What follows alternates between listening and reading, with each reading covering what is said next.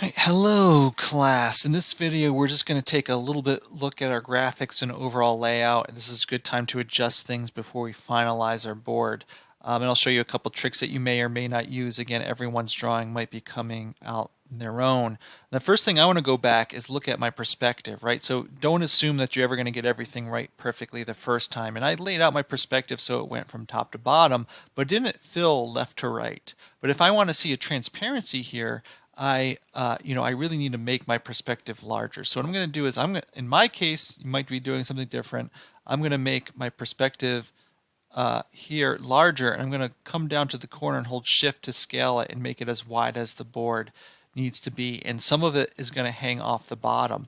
And that's okay with me. If you want to hang off things off the bottom, as long as it's nothing important, that's perfectly fine. And so I knew I could have done this part earlier if I wanted to, but I just sort of saved it for this point in the video. Now, in this case, the chimney and stuff is sort of underneath the darker color, which I want to see because I want to highlight the house. But I also know there's lots of trees over here that maybe are not as important. So I can shift my drawing over a bit as needed. And as I do that, we can see I'm going to have to make it larger. So I'm just going to keep adjusting the size of this perspective so that it fits my house entirely, which I think will work. If you block a little bit of your house behind something, I think that's perfectly fine. That's not gonna be too bad. So something like this in my case begins to work. I wonder if I can shrink it just a little bit.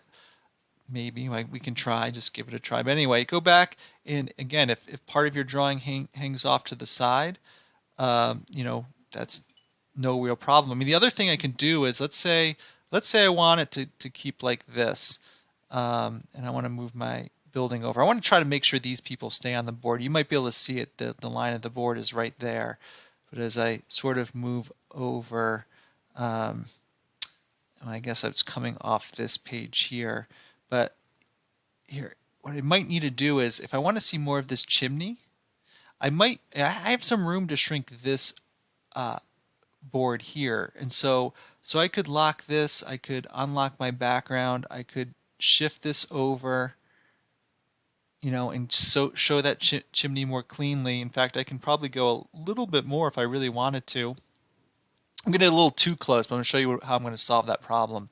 Because what I want to do is now I'm going to unlock my CAD, my wall poche, my building poche, and select all of this and shift this over back into that skinnier square, right? And that was just so I could get my perspective in there better. So just like that. And so all those adjustments can be made at any time, and always when you start to get most everything on your board, this is certainly a good time to do it. Once I have it shifted the way I want, I'm going to lock all those layers. Now I'm going to do one more thing for demonstration purposes. This next trick is not necessarily needed, but again, my board outline is here. I've got things hanging off the bottom. I have a bit hanging off the left-hand side, and that's distracting to me. So I like to cover that up, and there's different ways of doing it, but a quick, simple way that I find works easily. I'm going to make a new layer right up on top and call it, crop out or something like that, just crop. And what I'm going to do is I'm going to use my eyedropper tool with select color, and you can actually put it on your outside your page and it'll select that same gray. All right, and I'm just going to go to my square or rectangle tool, draw it from somewhere to the top left or whatever side you need to, click right up to the edge of the paper, it'll snap, and it just blocks it out. And I'm going to do the same on the bottom in my case. I don't need to do it on the left and the top, but if you needed to, go ahead and do that. We can see there's some gray shapes to block it out.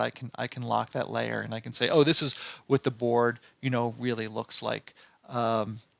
So I find that to be helpful. It doesn't have to be done. It's anything outside the page size in Illustrator is not going to print, so it's not going to print that gray. It wouldn't print any of the perspective or anything else that's hanging off the board, but it's a good trick. There are other ways of doing that task, again, but I find that to be quick and easy as I'm working.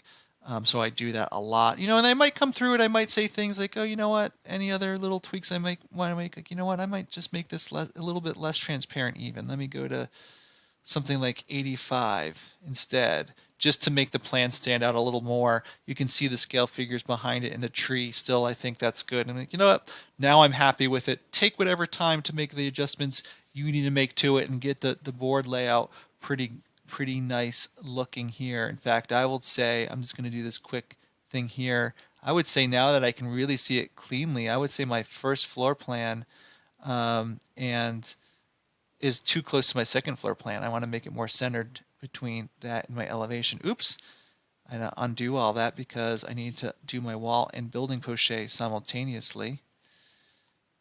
So unlock all 3 layers and move this. In the next video, once you get it all laid out the way you want to, we're going to go over text, which is really sort of the final things that we need on the board. And so get it all looking the way you want to, and we'll see you for that last step.